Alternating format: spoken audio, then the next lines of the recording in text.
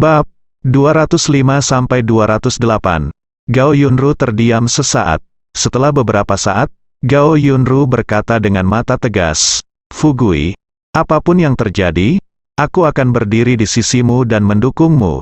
Jika kamu butuh bantuan, kamu bisa memberitahuku." Li Fugui berpura-pura santai dan berkata dengan ekspresi tersenyum, "Saudari Gao, dengan kata-katamu, apa Xiao Rongrong, apa perusahaan farmasi Sihai, aku bisa meledakkan mereka semua dengan satu kepalan." Gao Yunru memutar matanya dan berkata, "Lagi pula tidak semudah yang kamu katakan. Kamu harus berjanji padaku. Hati-hati dalam segala hal, jangan impulsif, mengerti?" "Kakak Gao, aku berjanji padamu." Li Fugui mengangguk, lalu memberitahu Gao Yunru tentang kesepakatannya dengan Tuan Qian. Ketika Gao Yunru mendengar ini, dia langsung berkata dengan senyum di wajahnya, "Dengan cara ini, semua kesulitan akan teratasi, dan sekarang hanya ada satu masalah terakhir bagi kita. Kekurangan uang, kan? Tempat yang luas, jumlah modal yang dibutuhkan untuk diinvestasikan tidak biasa." Li Fugui berasal dari latar belakang lumpur, meskipun Gao Yunru kaya, dia tidak punya banyak uang. Terus terang, terlalu sulit bagi mereka berdua untuk makan sepiring besar. Gao Yunru mengeluarkan laporan dan menyerahkannya kepada Li Fugui, dan berkata, "Menurut statistik awal, bahkan jika kami mengembangkan secara bertahap, kami akan membutuhkan setidaknya 100 juta untuk membeli mesin dan mempekerjakan profesional di awal, dan ini hanya investasi gelombang pertama, dan banyak investasi akan dibutuhkan di masa depan. Diperkirakan gelombang pertama investasi pengembangan yang diperluas akan membutuhkan setidaknya 500 juta. Bagaimana dengan keuntungannya?" tanya Li Fugui. Gao Yunru menyisir ujung rambutnya dan berkata sambil tersenyum, "Menurut perkiraan profesional, diperkirakan secara konservatif bahwa gelombang pendapatan pertama akan mencapai keuntungan 1 miliar yuan, sangat tinggi." Mata Li Fugui berbinar. Investasi tinggi, pengembalian tinggi, risiko tinggi, yang sejalan dengan hukum bisnis. Gao Yunru berkata dengan ceria, "Jadi kita perlu berjudi." "Bagaimana?" Li Fugui bertanya. Gao Yunru sedikit tersenyum, dan berkata, "Saya menjanjikan semua aset berkualitas tinggi di tangan saya, dan saya bisa mendapatkan total 500 juta yuan. Saudari Gao, Anda tidak perlu melakukan ini." Li Fugui terkejut. "Satu tembakan, ini hanyalah pertaruhan. Jika taruhannya kalah, Gao Yunru tidak akan mendapatkan apa-apa." Memikirkan hal ini, hati Li Fugui dipenuhi dengan emosi yang dalam lagi. Tidak banyak orang yang bisa melakukan ini untuknya, tapi Gao Yunru pasti salah satunya. Gao Yunru tersenyum dan berkata, "Tidak apa-apa, hasil terburuk adalah kerugian. Kesulitan menambang, bahkan jika saya bangkrut, saya tidak akan berhutang, dan Anda akan mendukung saya ketika saatnya tiba." Li Fugui tergerak dan berkata, "Saudari Gao, tidak apa-apa, saya akan mendukung Anda di masa depan." Gao Yunru mengeluarkan laporan lain dan menyerahkannya kepada Li Fugui, berkata, "Saya meminta seseorang untuk melakukan ini. Sebenarnya, jika itu hanya dikembangkan secara bertahap, saya tidak memerlukan hipotek, dan dana dapat ditarik dari pembukuan perusahaan Guiro. Tetapi, kami rasa kami tidak akan punya banyak waktu." "Kenapa?" Li Fugui tidak bisa membantu tetapi berkata, "Hak penambangan emas ada di tangan kita. Apakah ada orang lain yang bisa merebutnya?" Gao Yunru berkata dengan khawatir di antara alisnya, "Sejak zaman kuno, orang yang memanfaatkan orang lain masih sedikit yang bisa direbut. Begitu berita tambang emas ini tersebar pasti akan menarik perhatian banyak peminat. Saat itu kita tidak akan bisa mempertahankan 70% saham apapun yang terjadi." Setelah mendengar ini, Li Fugui berkata, "Jadi, Nona Gao, maksud Anda tahap pertama akan ditambang sepenuhnya, dan sebanyak yang bisa ditambang?" Gao Yunru mengangguk dan berkata, "Iya, tidak hanya itu. Begitu penambangan emas dimulai dan seseorang menginginkan bagian kita, akan ada lebih banyak hal yang dapat kita lakukan." Li Fugui tidak menyangka Gao Yunru berpandangan jauh ke depan. Tapi ini juga membuat Li Fugui lebih nyaman.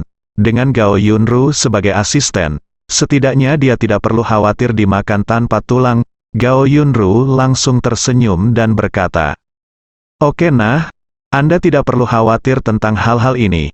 Anda bos besar, jadilah penjaga toko Anda. Saya akan tinggal di kabupaten selama beberapa hari, dan melalui semua formalitas untuk Anda bos besar, dan kemudian saya bisa kembali ke desa Xiaoxi." Li Fugui mengangguk dan berkata, "Saudari Gao, maka saya tidak akan mengganggu Anda. Hubungi saja saya jika ada yang harus Anda lakukan.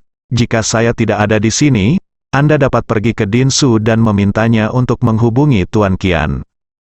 Gao Yunru menganggukkan kepalanya dan berkata, "Kalau begitu aku tidak akan mengantarmu pergi."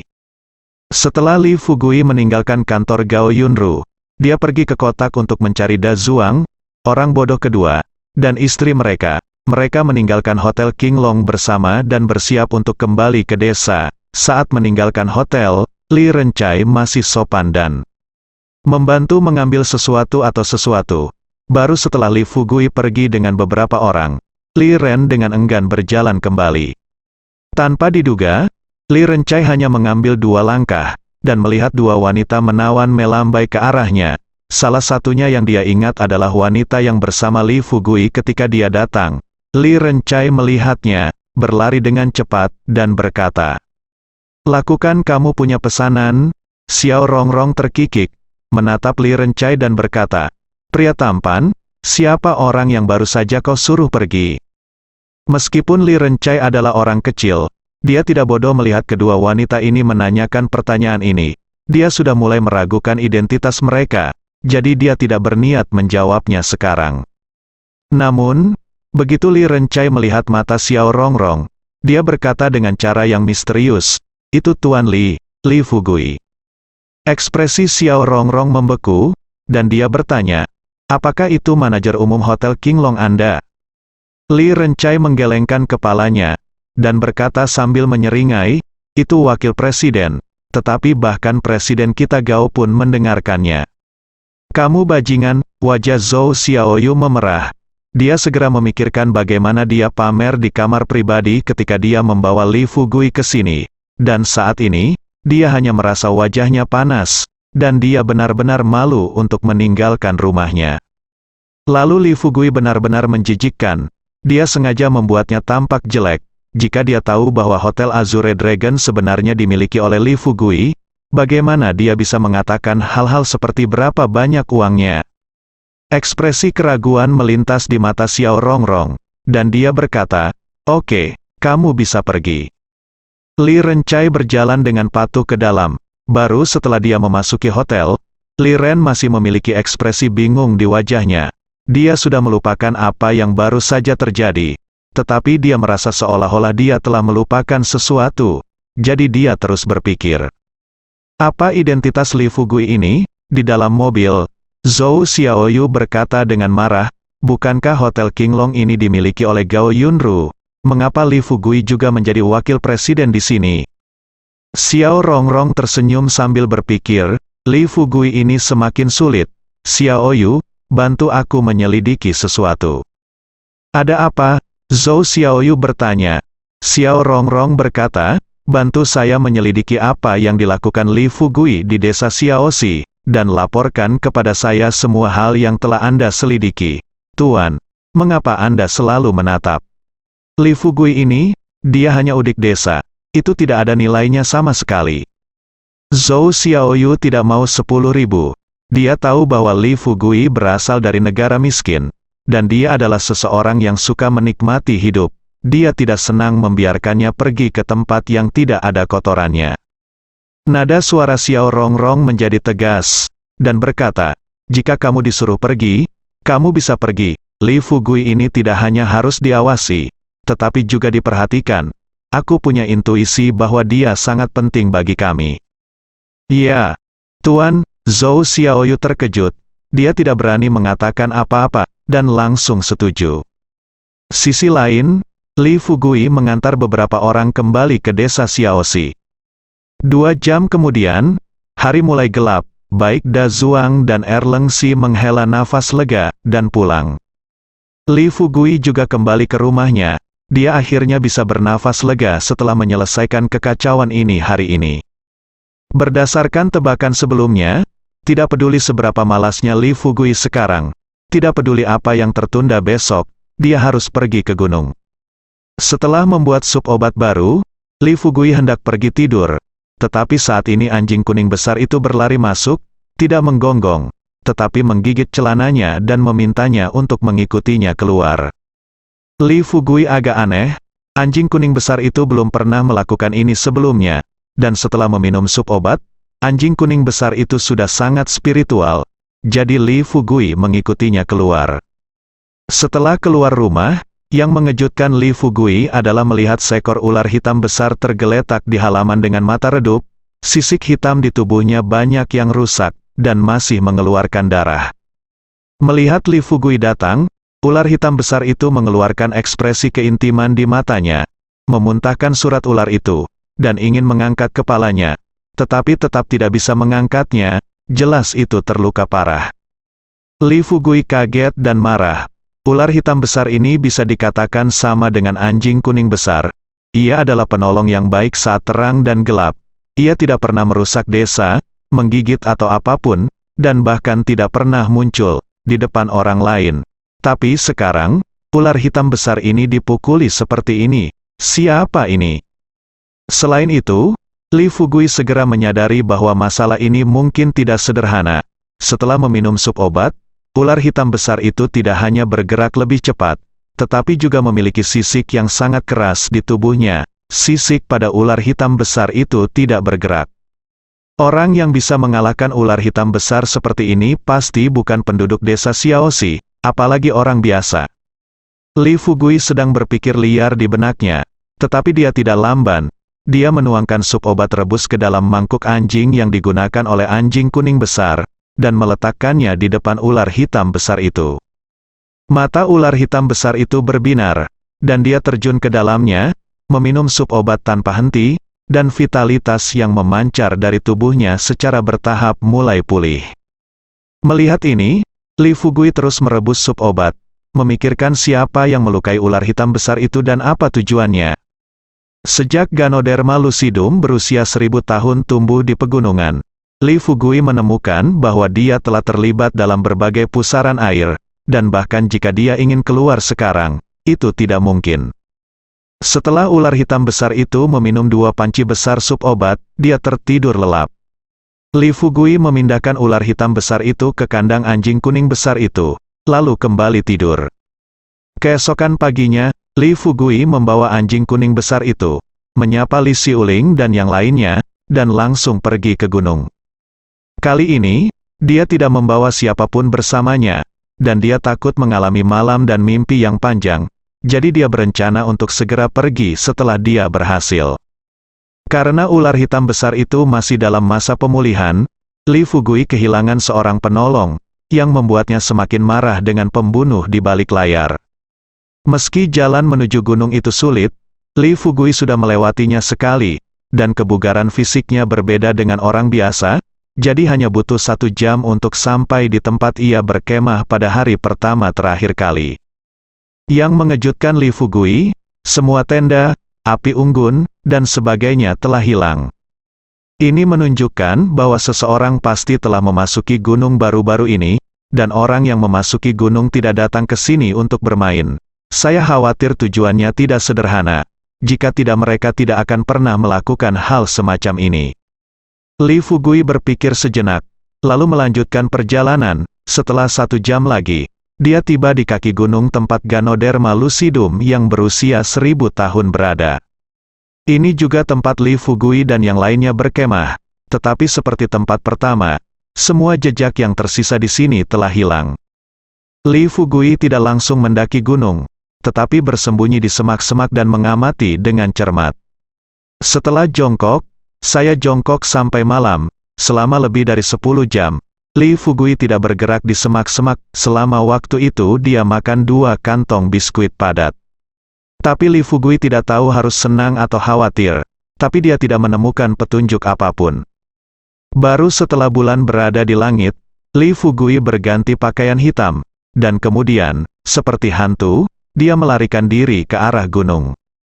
Apa yang tidak dilihat Li Fugui adalah ketika dia mendaki gunung, bayangan hitam mengikutinya diam-diam dan mendaki gunung bersama. Setelah mendaki gunung, Li Fugui tidak berhenti, tetapi terus berjalan sampai ke puncak gunung. Angin di puncak gunung masih kencang, tetapi yang mengejutkan Li Fugui, dia melihat Ganoderma lucidum berusia 1000 tahun mandi di bawah sinar bulan di atas batu besar di tengah dalam sekejap. Terakhir kali, Li Fugui gagal mengamati milenium Ganoderma lucidum ini. Kali ini Li Fugui tidak terburu-buru, tetapi mulai mengamati dengan cermat terlebih dahulu. Saya melihat kipas daging milenium Ganoderma lucidum sangat gemuk, dan terlihat seperti bayi yang gemuk. Saat ini kipas daging bergerak sedikit, seolah-olah seorang anak sedang bernapas. Milenium Ganoderma lucidum ini ampuh banget. Li Fugui tahu bahwa Ganoderma lucidum milenium mungkin menelan esensi cahaya bulan. Dia telah melihatnya dari buku medis, tetapi semua tumbuhan dan benda lain memiliki roh, dan mereka akan melakukan hal semacam ini yang tampaknya berasal dari naluri. Setelah beberapa saat, Li Fugui mengeluarkan kantong air yang berisi sup obat, lalu membuka tutupnya, dan seberkas wewangian terbang keluar. Li Fugui kemudian menuangkan semua sup obat ke dalam kantong air ke tubuhnya. Bahkan angin kencang di puncak gunung tidak dapat menerbangkan aroma obat yang kuat, jadi Li Fugui berjalan menuju Ganoderma lucidum yang berusia 1000 tahun selangkah demi selangkah. Li Fugui tidak tahu apakah usahanya berguna, dan dia sangat gugup. Setelah dia mengambil 2 atau 3 langkah, Ganoderma lucidum yang seperti bayi berusia 1000 tahun tampaknya telah merasakan sesuatu, dan memandang Li Fugui. Tentu Ganoderma lucidum tidak memiliki mata, ini hanya perasaan. Li Fugui terkejut, dia tidak berani bergerak maju, dan berhenti di tempat yang sama, tetapi suara detak jantungnya menjadi semakin keras, bahkan dia bisa mendengarnya. Segera, sesuatu yang tidak diharapkan Li Fugui terjadi. Saya melihat Ganoderma lucidum berusia 1000 tahun, melompat dari batu besar, dan rimpang di bawah kaki seperti 2 kaki, melayang lurus ke arah Li Fugui. Datanglah kemari. Hati Li Fugui dipenuhi dengan ekstasi. Sup obat ini bekerja. Kitab kedokteran tidak membohonginya. Li Fugui tegang dan tidak berani bergerak sama sekali. Dia terus berdiri tak bergerak, tetapi matanya tertuju pada Ganoderma lucidum berusia 1000 tahun yang semakin dekat dan dekat. Apa yang tidak diharapkan Li Fugui adalah bahwa Ganoderma lucidum milenium tidak memiliki pertahanan sama sekali terhadapnya. Setelah melompat ke sisinya, ia menggunakan kipas daging yang gemuk untuk mengambil sup obat yang menetes dari tubuh Li Fugui, memperlihatkan tubuhnya, isyarat kegembiraan. Hati Li Fugui tergerak. Dia perlahan mengeluarkan kantung air, dan meletakkannya di depan Ganoderma lucidum yang berusia 1000 tahun. Ganoderma lucidum berusia 1000 tahun segera mencium aroma obat yang lebih kuat yang berasal dari kantung air, dan kemudian, Ganoderma berusia 1000 tahun langsung masuk melalui lubang kantung air.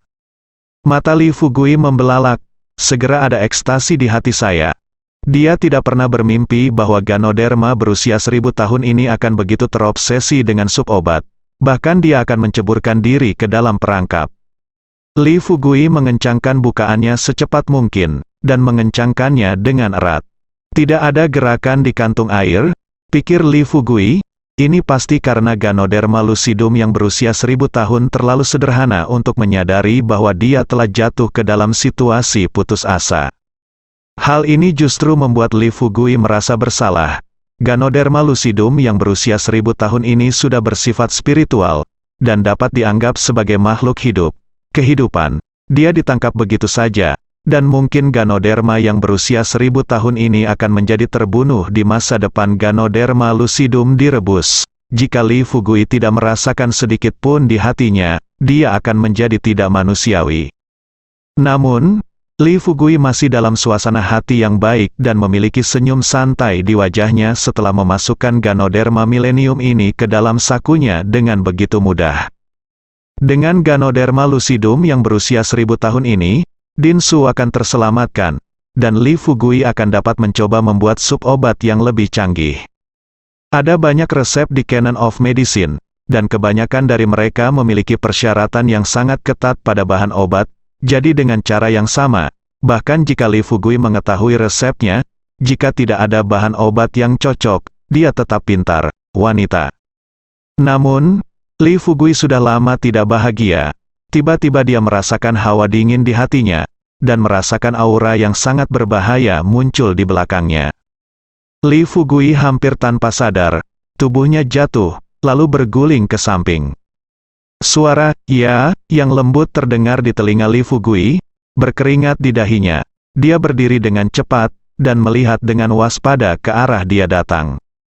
Pada titik tertentu, seorang pria parubaya berpenampilan biasa muncul di sana, dan pria parubaya ini sedang memegang pedang longkuan kuno di tangannya. Hati Li Fugui menegang. Wajahnya menjadi hijau, dan dia sangat ketakutan. Jika dia tidak waspada sekarang, dia mungkin telah ditipu, dan dia akan langsung mati di sini. Menarik, kamu tidak hanya tahu cara yang telah lama hilang untuk memulihkan eliksir, tetapi kamu juga dapat menghindari pedangku. Itu benar-benar tidak mudah. Lempar kantong air di tanganmu kepadaku dan jadikan itu budak untukku di masa depan. Aku bisa mengampuni hidupmu. Pria parubaya yang tampak biasa itu menatap Li Fugui dengan aneh, berkata ringan. Li Fugui sangat marah di dalam hatinya, dan berkata dengan mencibir, "Apakah kamu menginginkan Ganoderma lucidum millennium ini? Orang yang kamu kirim untuk mencari terakhir kali juga milikmu?" "Bukan," pria parubaya menyipitkan matanya dan bertanya. "Apakah kamu membunuh mereka?" Li Fugui tertawa dan berkata, "Benar, aku membunuh mereka." Pria parubaya itu mengangguk, tanpa amarah di wajahnya, seolah-olah dia menyatakan fakta, "Dalam hal ini, aku tidak bisa menahanmu, kamu bisa mati." Setelah mengatakan ini, sosok hantu pria parubaya itu bergegas menuju Li Fugui. Pedang panjang di tangannya bersinar dingin di bawah sinar bulan, dan menusuk dada Li Fugui. Li Fugui tidak bersenjata, jadi dia hanya bisa mengelak terus-menerus, kecepatannya tidak lambat. Tetapi kecepatan pria parubaya itu bahkan lebih cepat. Hanya dalam beberapa puluh detik, Li Fugui terkena pedang di lengannya, dan pakaiannya rusak, terpotong, dan darah mengalir keluar. Li Fugui terengah-engah, dan menatap pria parubaya dengan mata merah. Kekuatan lawan sangat kuat, dan bahkan gagak pembunuh web gelap tidak bisa dibandingkan dengan pria ini. Jika terus seperti ini, pada akhirnya akan dikonsumsi sampai mati. Pasti ada cara untuk mengubah situasi, pikiran Li Fugui seperti kilat, dan dia tiba-tiba berlari ke depan. Mata pria parubaya itu datar, pergelangan tangannya bergerak, dan dia mengejarnya dengan pedang panjang. Li Fugui juga sangat cepat, ketika dia sampai di tengah gunung, dia melompat ke dalam lubang yang dia temukan terakhir kali.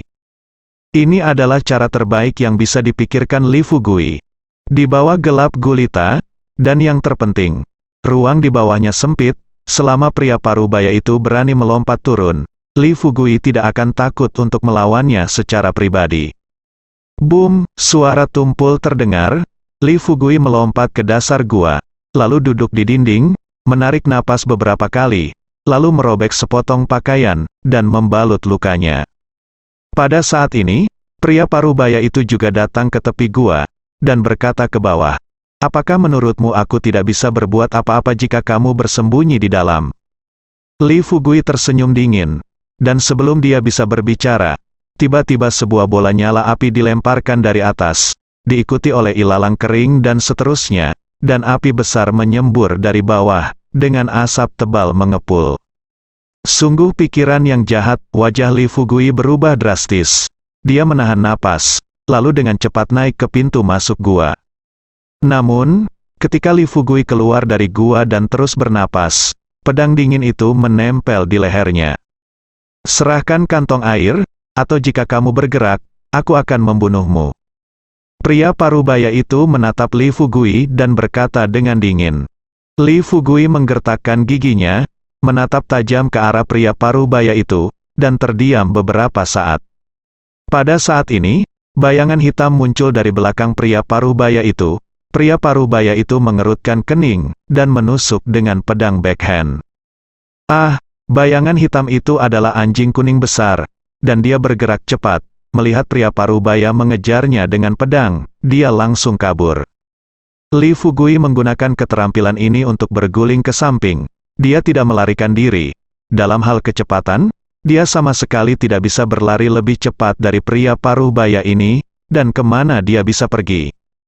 Pria parubaya ini jelas mengetahui detailnya, bagaimana jika dia melarikan diri, dan pria ini kembali ke desa Xiaoxi dan membunuh Li Xiuling dan yang lainnya. Li Fugui sama sekali tidak berani bertaruh, jadi Li Fugui memutuskan untuk mengambil risiko dan berjudi, bersambung.